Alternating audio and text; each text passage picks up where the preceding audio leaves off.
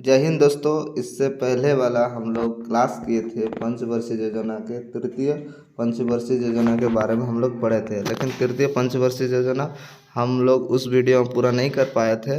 अब हम लोग बात करते हैं हरित क्रांति। हरित क्रांति तक हम लोग बताए थे उस वीडियो में, लेकिन आज हम बात करेंगे हरित क्रांति का पूरा विस्तार रूप में। हरित क्रांति 1966 में प्रारंभ हुआ था और हरित क्रांति के जो जनक थे वो नॉर्मन बोरलॉग जो विश्व के थे, और भारत के हरित क्रांति के जनक कौन थे? स्वामीनाथन थे। और हरित क्रांति का जो मेन उद्देश्य था, हरित क्रांति का मेन उद्देश्य क्या था? वो था हाई यील्ड वैरायटी HYV।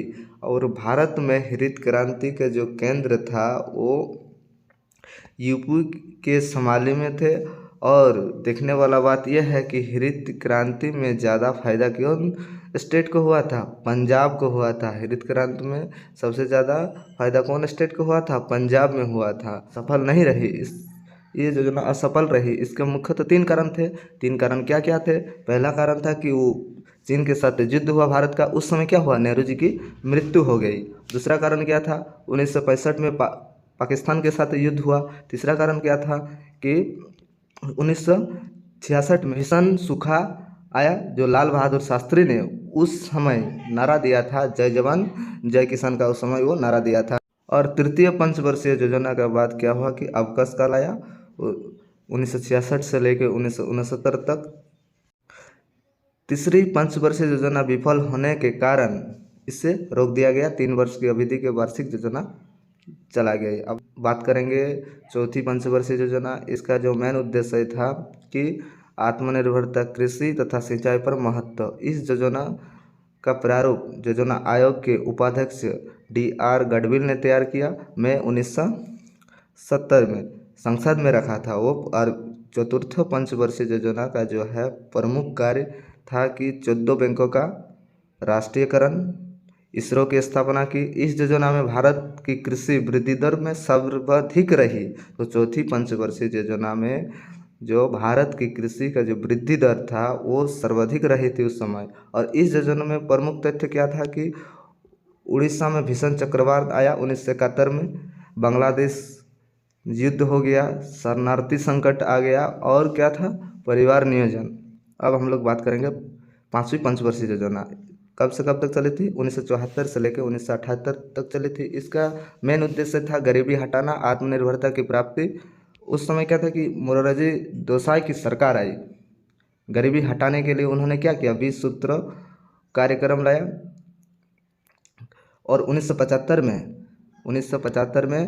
19 ग्रामीण बैंक की स्थापना की गई, रीजनल रूरल बैंक।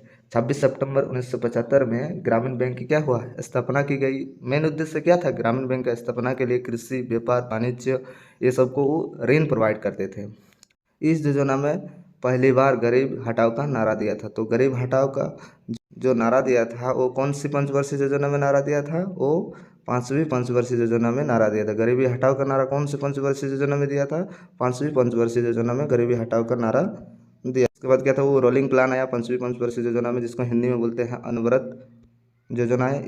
इसे जनता पार्टी पर सरकार ने लाया। यह गांधीवादी मॉडल पर आधारित थी। इस योजना को DDT लक्करवाल ने तैयार किया। रोलिंग प्लान की उपलब्धि। पंचवर्षीय योजना के बाद दूसरी अवकाश काल आया। तो क्या था कि 5वीं पंचवर्षीय योजना के बाद दूसरा योजना अवकाश काल आया। छठी पंचवर्षीय योजना, इसका टाइम पीरियड कितना था? 1980 से लेकर 1985 तक। इसका मेन उद्देश्य क्या था? गरीबी उन्मूलन, गरीबी हटाना और रोजगार पर वृद्धि, इस पर उन्होंने ध्यान दिया था। और प्रमुख कार्य किया था कि नाबार्ड की स्थापना की गई। नाबार्ड का फुल फॉर्म क्या है? National bank of agriculture and rural development. इसका मुख्यालय कहाँ है? मुंबई। और इसका जो स्थापना कब हुआ? तो 1982 में, 12 जुलाई 1982 में। नाबार्ड की स्थापना कब की गई थी? 12 जुलाई 1982 को। और छठी पंचवर्षीय योजना में क्या था कि अर्थव्यवस्था के आधुनिकीकरण को पहली बार छठी पंचवर्षीय योजना में अपनाया गया। पंचवर्षीय योजना में अपनाया गया, छठी पंचवर्षीय योजना में अपनाया गया। तो दोस्तों नेक्स्ट क्लास हम लोग अगला वीडियो मिलते हैं। तब तक के लिए धन्यवाद। जय हिंद, जय भारत।